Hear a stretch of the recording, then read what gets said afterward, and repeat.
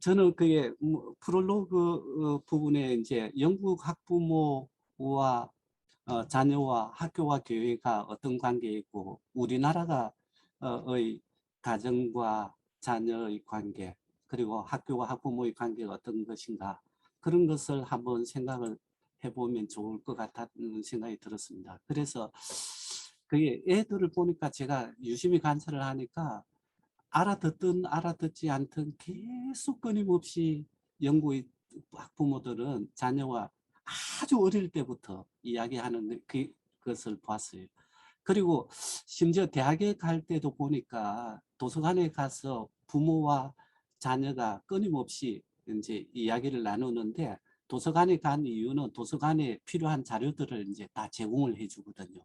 그래서 그걸 읽어보면서 사서한테 물어가면서 어떤 게 좋을 것인지 대부분의 경우에 우리나라의 경우에는 아마 부모가 주도권을 가지고 있는 데 비해서 그 여기에는 결국은 그 자녀의 선택에 맡기더라고요. 부모는 객관적으로 볼 수 있는 자료를 주고 또 설명을 해주고 그 다음부터 선택은 너희 것이다.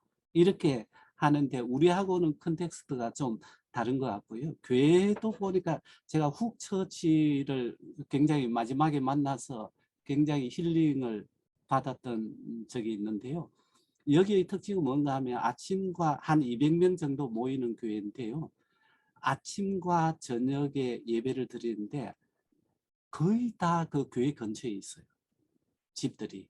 그리고 아침과 저녁 시간의 공백 기간을 거의 다 이게 몇 가정씩 이렇게 나누어져 가지고 교제를 하고 계속 같이 교제를 하고 저녁 되면 다시 같이 교회로 다 오는 그런 모습을 보면서 우리가 이 교회 옆에 집이 있고 또 늘 성도들하고 함께 교제할 수 있다는 게 얼마나 좋은가 이렇게 하다 보니까 그런 데 비해서 우리나라 그 이제 가정과 교회 학교는 굉장히 분리되어 있는 그런 것을 볼 수 있습니다. 제가 초등학교 제 학생 중에 왜 박사과정에 들어왔느냐 그렇게 물어보니까 아, 박사과정에 그러니까 학부모한테 무시당하지 않으려면은 그 박사를 하고 있든지 아니면은 나이가 학부모보다 많든지 그렇게 해야 된다는 거죠. 그렇지 않으면 학부모들이 그 선생님을 우습게 본다는 거죠. 이렇게 가정과 교회, 학교가 분리되어 있는 상태에서는 사실은 자녀를 교육하는 것도 어렵지만은 특히 그게 어려운 데다가 가정, 교회, 학교가 따로 논다고 생각을 하면은 얼마나 더 어렵겠는가. 그러니까 삼중적으로 교육을 하는 나라에서도 자녀를 교육한다는 것이 어려운 것인데 그러니까 삼중적으로 분리되어 있는 서로 나 몰라 하는 그런 상태에서는 얼마나 학교 교육이 그게 자녀 교육이 어려울까 그런 생각을 했습니다. 그래서 오늘 제가 이야기하고자 하는 것은 주로 약간 성찰적인 입장에서 무조건 학부모 교육권이 중요하고 학교 선택권이 보장되어야 된다 이런 이야기를 하고자 하는 게 아니라 우리가 성숙한 크리스찬의 입장에서 또 교육자의 입장에서 부모의 입장에서 어떻게 해야 될 것인가 그런 관점에서 좀 봐주시면 좋을 것 같습니다. 어쨌건 우리가 교육의 주체는 가정교육에서 처음에 애초에 학교라는 게 없었으니까 그러다가 이제 학교가 생기면서 최초의 공교육 기관인 영국의 학교들이 이제 생기고 그리고 산업화 도시화가 진행됨에 따라서 이런 공교육이 확산되면서 사실은 교육의 주체로서의 가정 또는 부모의 역할이 굉장히 이제 소홀히 간과되어 왔던 거죠. 그래서 최근에 와서 민주화되면서 이제 다시 가정교육의 중요성, 학부모 교육권의 중요성 이런 것이 다시금 지금 부각되고 있고 특히 이 코비드 19 상황 속에서는 그것이 더 중요한 것으로 부각되고 있다. 그렇게 이런 시점에서 우리가 학부모 교육권에 대해서 다시 한번 성찰적으로 논의해 보는 것이 좋겠다는 생각이 들었습니다. 원래 제가 계획하기로는 사실은 학부모 교육의 개념이라든지 뭐 이런 것들이었는데 전반적인 것을 아마 제가 다루게 될 것이고 다른 세 분의 교수님께서 아마 조금 더 구체적으로 하나하나에 대해서 이야기하지 않을까 그런 생각이 듭니다. 제 이 글의 목적은 학부모 교육권을 둘러싼 몇 가지 철학적 이슈를 논의하고 교육적 함의를 밝히는 데 있는데요. 순서는 아동의 권리와 교육권에 관한 두 가지 이론에 대해서 이야기하고 그 다음에 부모 교육권에 대한 찬반 논리를 검토하면서 성찰적인 입장에서 바람직한 부모 교육권과 기독교 교육권의 성격이 어떠한 것인가.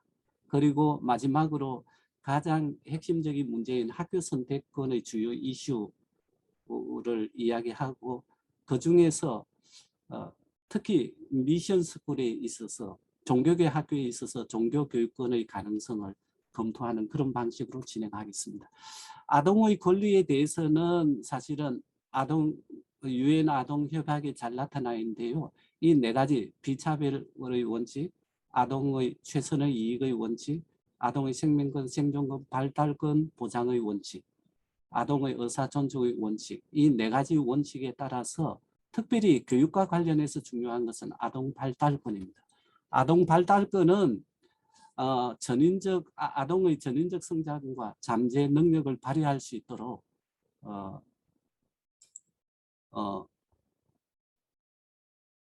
제가 노트를 좀 하도록 적절한 양육과 교육을 받을 수 있는 권리로서 발달권이 굉장히 중요하다고 볼 수 있고 그 발달권이라는 것은 우리가 전인적인 발달과 더불어서 그것을 위해서 적절한 휴식과 여가, 놀이와 리크레이션 그리고 문화생활과 예술 활동에 참여하고 즐길 수 있는 권리 이런 것들을 보장해야 된다. 그렇게 이야기할 수 있습니다. 아동의 교육권에 관한 두 가지 이론인데 하나는 선택권이고 선택 이론이고 다른 하나는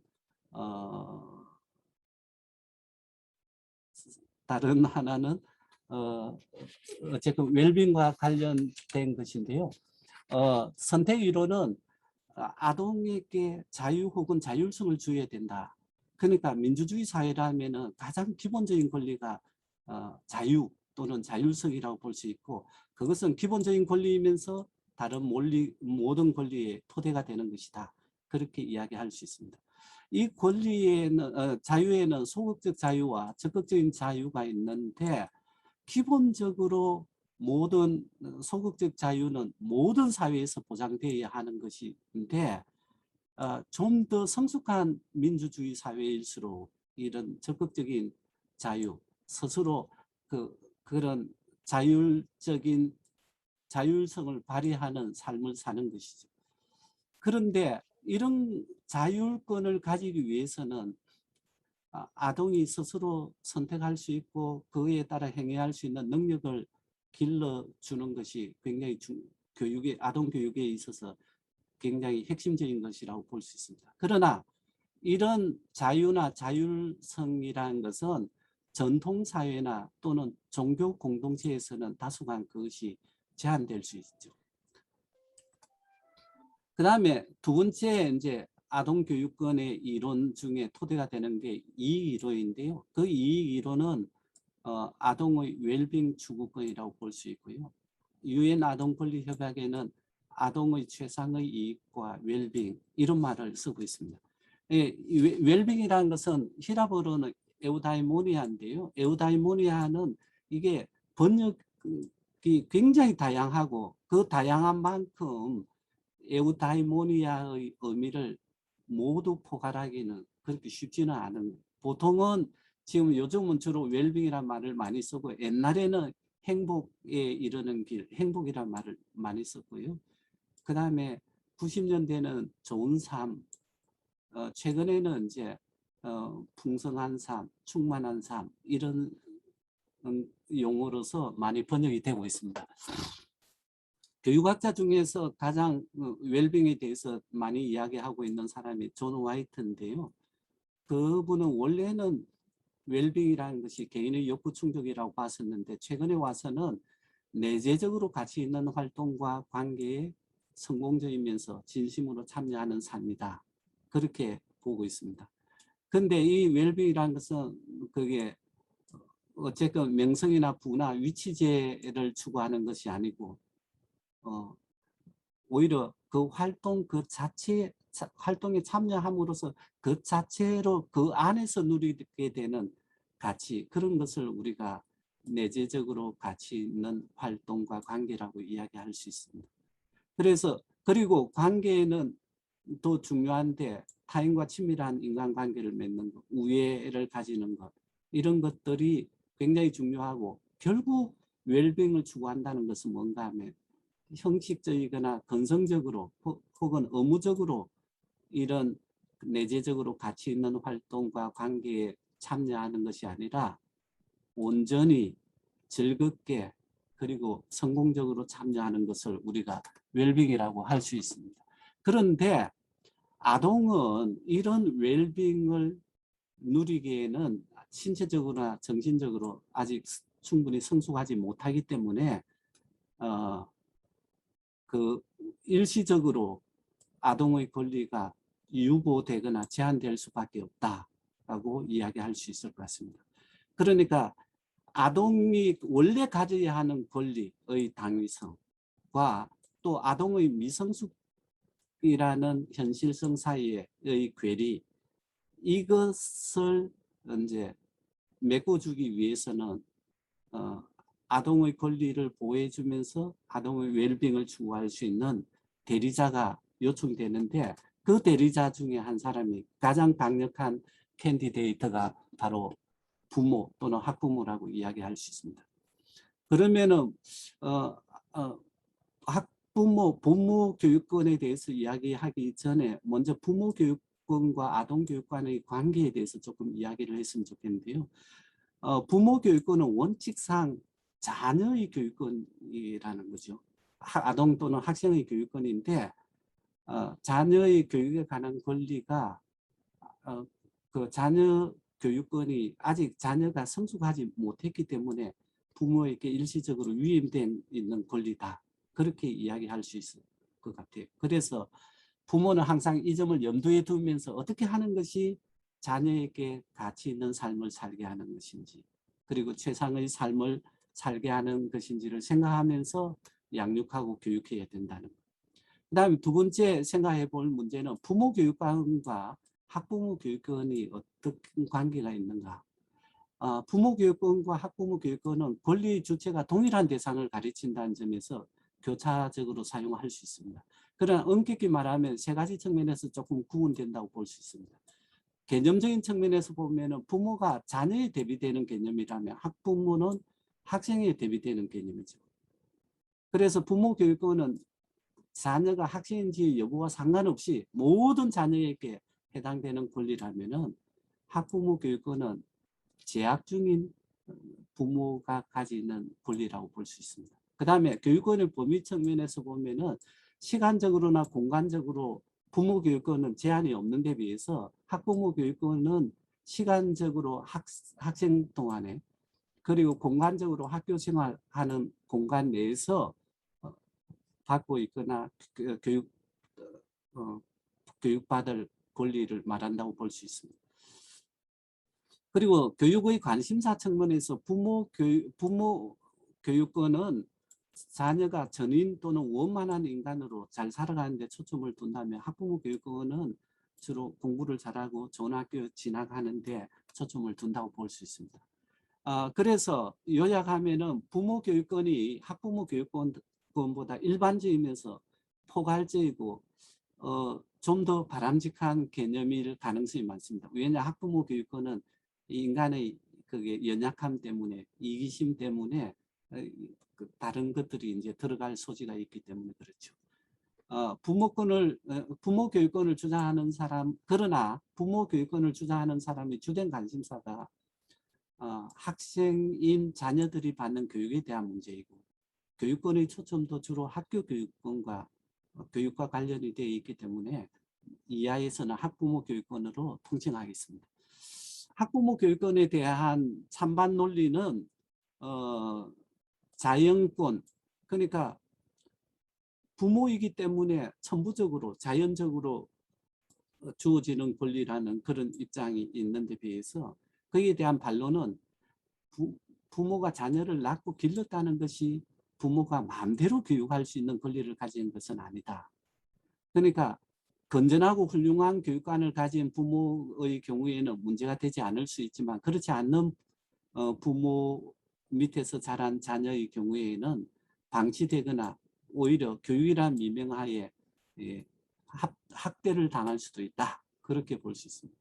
그 다음에 두 번째 부모 교육권은 그 자녀의 최상의 이익권과 관련이 있는데요. 누가 자녀의 최상의 이익, 웰빙을 가장 잘 보장해 줄 수 있냐. 그거는 부모밖에 없다고 보는 거죠. 부모는 자녀가 출생하면서부터 시간, 돈, 에너지 그리고 자신의 삶의 많은 부분을 희생하면서 사랑과 헌신으로 양육해 왔기 때문에 어떻게 하는 것이 얘에게 가장 좋은 삶을 살게 하는지 최상의 이익이 되는지를 잘 알기 때문에 부모에게 교육권이 주어져야 된다고 주장을 하는 거죠. 그러나 반론의 입장에서 보면은 부모들이 자녀 어떻게 하는 것이 대부분 부모가 자녀의 웰빙과 최상의 이익을 가져줄 수 있는 방법을 잘 모른다는 거죠. 부모들은. 그리고 잘 아는 부모가 있다고 하더라도 그것은 자녀의 웰빙보다는 부모의 욕심이나 욕망을 충족시키기 위한 것으로 보는 경우가 많다는 거죠. 그 다음에 세 번째 왜 학부모 교육권이어야 되는가 거기에 대해서 그것은 개인의 자유를 인정하는 자유민주주의 이념에 가장 부합하는 권리라는 거죠. 미래에 의하면은 그 학부모 교육권이라는 것은 타인에게 해를 끼치거나 부모가 자기 자녀의 교육의 의무를 이행할 수 없는 경우가 아니면 보장되어야 된다. 그러니까 부모의 교육권은 최대한 재량권이 폭넓게 허용될 필요가 있다. 이런 주장을 하는 데 비해서 거기에 대해 반론을 제기하는 사람들은 민주주의가 성숙하기 위해서는 자유와 자율성에 못지않게 민주시민으로서의 성향, 시민의 덕 이런 것이 필요한데 이런 것은 부모가 잘 가르칠 수 있는 성격의 것이라기보다는 학교나 사회에서 보다 폭넓은 다양한 경험을 통해서 더 잘 배울 수 있는 것이다. 이제 이런 주장을 할 수 있는 거죠. 그래서 지금까지 이해하면 학부모 교육권은 어떤 성격을 가지고 있는가? 내 자녀를 교육할 수 있다는 것은 부모에게 주어진 특권이면서 동시에 자녀를 재능과 적성에 맞게 잘 교육해야 한다는 의무라는 점을 특권이면서 동시에 책무이고 의무라는 것을 좀 인정하는 것이 필요할 것 같고요. 그 다음에 두 번째는 학부모 교육권은 내 자녀인이 내 마음대로 교육해도 된다는 그런 것이 아니라 일정 기간 동안에 어쨌든 부모에게 위임된 권리고 자녀의 교육권이기 때문에 자녀의 웰빙과 최상의 이익 실현에 초점을 두어야 된다. 그렇게 이야기할 수 있을 것 같습니다. 그 다음에 세 번째 좀 더 나아가서는 학부모 교육권은 자기 자녀의 교육권 못지않게 다른 학생의 교육권도 중요하다는 점을 좀 인식할 필요가 있습니다. 그러면 기독교 학부모의 교육권이라는 것은 이런 학부모 교육권에 대한 그 성찰, 성격과 그 다음에 기독교인의 정체성을 이제 더한 것이라고 볼 수 있는데 앞에서 이야기한 세 가지의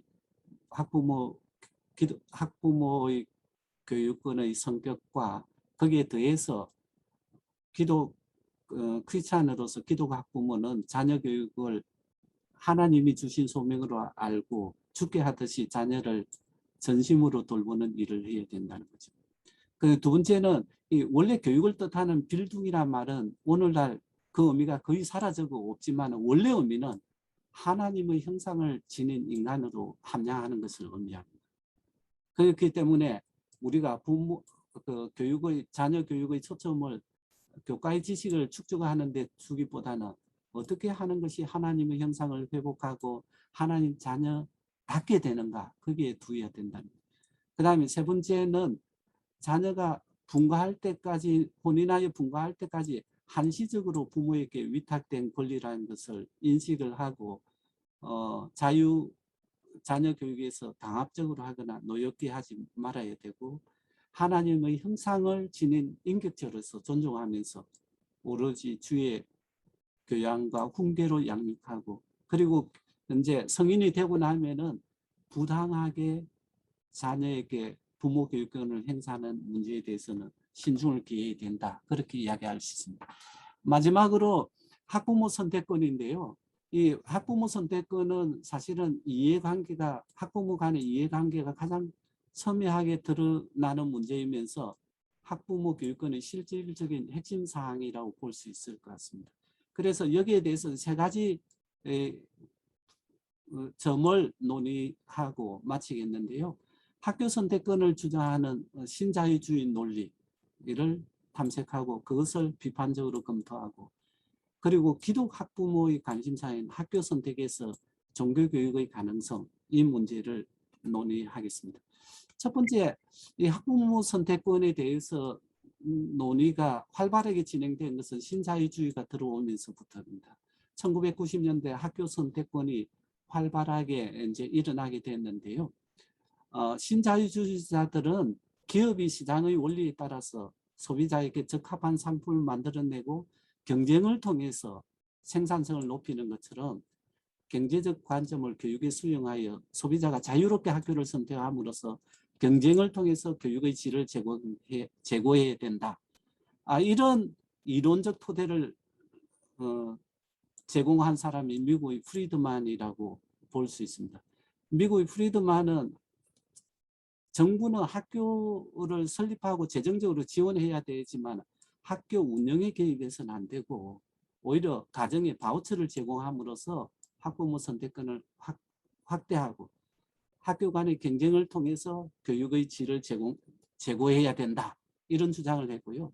툴리 이분은 더 심한 이제 말하자면 이런 신자유주의를 몰고 간 사람인데요. 그가 국가 없는 학교라는 책에서 대담한 시장주의 교육에 대한 대담한 청사진을 제시하는데 그거는 뭔가 하면은 교육에서 국가 개입이 거의 없는 시장 기제가 제대로 작동하는 온전한 마켓이 형성되면은 교육은 수요와 공급이 원활하게 이루어져서 시장주의 교육이 비판받고 있는 불평등한 교육의 문제가 해소가 가능하다.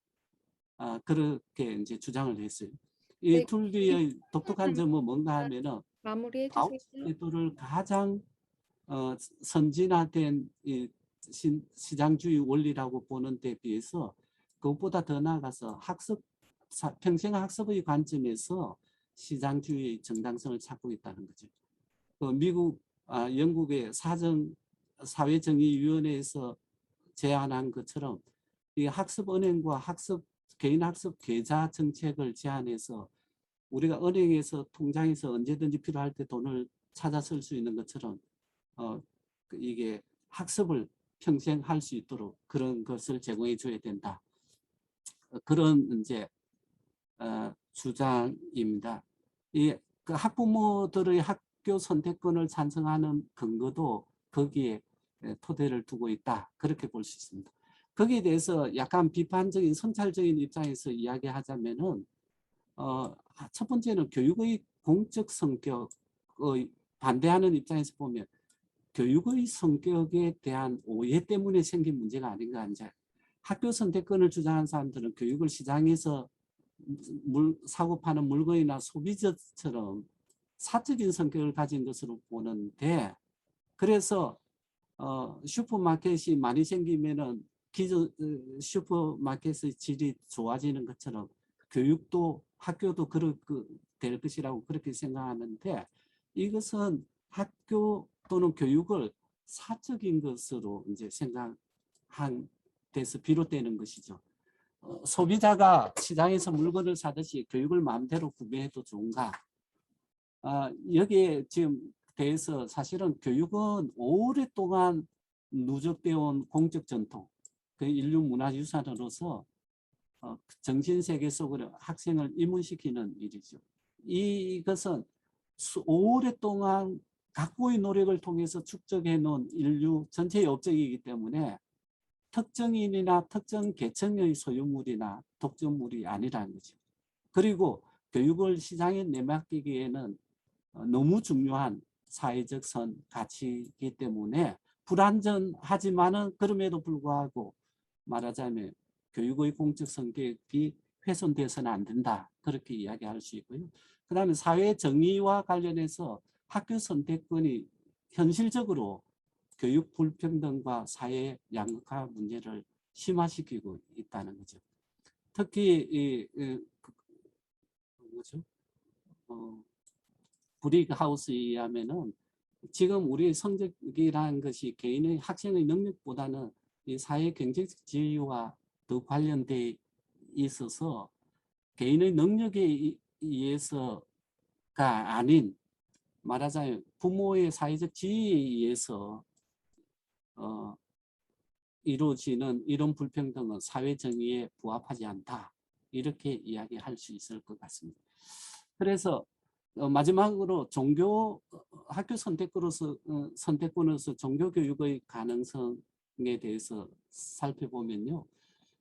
우리나라하고 서양은 좀 많이 다르죠. 특히 제가 관심을 가지는 것은 사립학교, 특히 종교계 학교의 선택권 문제인데 우리나라에서는 그것이 지금 허용되고 있지 않는 형편입니다. 그래서 거기에 대해서 두 가지 근거 사례를 들어서 제가 이야기를 하고 싶은데요. 하나는 위스콘신주의 그 문제로 대법원의 판결이고 하나는 영국의 종교계 학교인데요. 미국 연방 대법원에서 이게 뭔가 하면 아미시 자녀들이 8학년이 14세 이후에 주립학교에 의무적으로 다녀야 하는데 아미시 학부모들이 그들의 전통 종교적 신념, 생활 방식에 위협이 된다고 해서 학교를 보내지 않았어요. 그러니까 위스콘신주가 의무 취학법을 위반했다고 벌금을 부과했는데 그것이 연방 대법원에서 자유로운 종교 권리를 침해했다고 7대0으로 암만교도 학부모의 손을 들어준 거죠. 여기에 근거가 뭔가 하면은 의무 취학이 종교적 그렇게 하려면은 국가가 그렇게 부여하려면 의무 취학이 종교적 신념의 자유로운 실정을 부정하는 것이 아니어야 돼. 그러나 아니면은 학부모의 종교 교육권을 압도할 만한 국가의 중대한 이익이 있을 때만 그게 가능한데 그렇지 않다는 거죠. 그리고 영국의 공영학교는 제가 이야기하고 싶은 것은 이 볼런터리 스쿨이 그 종교계 학교들 주로 저게 볼런터리 스쿨들이 말하자면 종교계 학교가 교회나 카톨릭 쪽에서 학교를 설립을 해서 이제 공영학교로 운영하고 있는 것이죠. 그런데 거기에 보면은 여기에 다른 거는 그 영국은 종교교육이 그 학교에서 모든 학교에서 하긴 합니다만은 하려면은 그 여기 종교상임위원회의 공통교육계획서에 따라서 해야 되거든요. 해야 되는데 그런데 볼런터리 컨트롤드 스쿨 이거는 사실상 교회가 설립했지만은 실제로는 거의 완전 공립학교. 그런데 여기 학교에도 처음 설립을 교회가 설립했기 때문에 학부모가 요청할 시에는 주위에 종파교육이 가능해요. 그리고 이 보조학교는 사립 공영 보조학교의 경우에는 학교 운영위원회가 종교교육에 대해서 전적으로 결정을 해요. 그런데 이거는 공동교육계획서에 따를 필요가 없이 그 디노미네이션의 교육이 가능해요. 그래서 저는 이런 그러니까 우리 학교 사립학교 종교계 사립학교도 사실상 공립학교와 가깝지만은 그럼에도 불구하고 이런 영국의 학교들은 그게 모든 것은 공립학교처럼 하지만 종교교육에 대해서는 그걸 허용하고 있다는 것. 그것이 큰 중요한 시사점이 아닌가. 그래서 우리나라의 그 학교 선택권에 대한 그 단계적 접근은 종교적 이유 때문이라면은 학교 지원과 배정에서 회피하거나 전학할 수 있도록 가장 낮은 단계. 두 번째 단계에는 특정 종교의 바탕을 둔 교육 이념을 추구하고 교육 내용을 가르칠 수 있는 권리를 주장하는 것. 더 나아가서는 특정 종교의 학교를 선택하거나 아니면 대안학교 홈스쿨링을 할 수 있는 그런 점진적인 그런 것들이 좀 필요하다는 생각이 듭니다. 마지막으로 결론적으로 이 공익 광고에 나오는 이야기인데요. 아마 좀 깨지기는 했습니다만은 부모는 멀리 보라 하고 학부모는 앞만 보라고 합니다. 부모는 함께 가라 하고 학부모는 앞서 가라고 합니다. 부모는 꿈을 꾸라고 하고 학부모는 꿈꿀 시간을 주지 않습니다. 당신은 부모입니까? 학부모입니까? 부모의 모습으로 돌아가는 길, 참된 교육의 시작입니다. 이걸 제가 패러디한 건데요. 기독교 학부모는 하나님의 원대한 비전을 가지라고 하고 학부모는 눈앞의 이익에 집중하라고 합니다. 기독교 학부모는 그 길을 학교 친구들과 함께 가라고 하고 학부모는 우선 네가 먼저 가고 나중에 여유가 있으면 친구를 생각하라고 합니다. 기독 학부모는 하나님과의 교제 속에서 참된 기쁨을 찾으라고 하고 학부모는 대학 갈 때까지 모든 것을 보류하고 시험 공부에만 매진하라고 합니다. 당신은 기독 학부모입니까? 학부모입니까? 기독 학부모 모습으로 돌아가는 길, 참된 교육의 시작입니다. 감사합니다.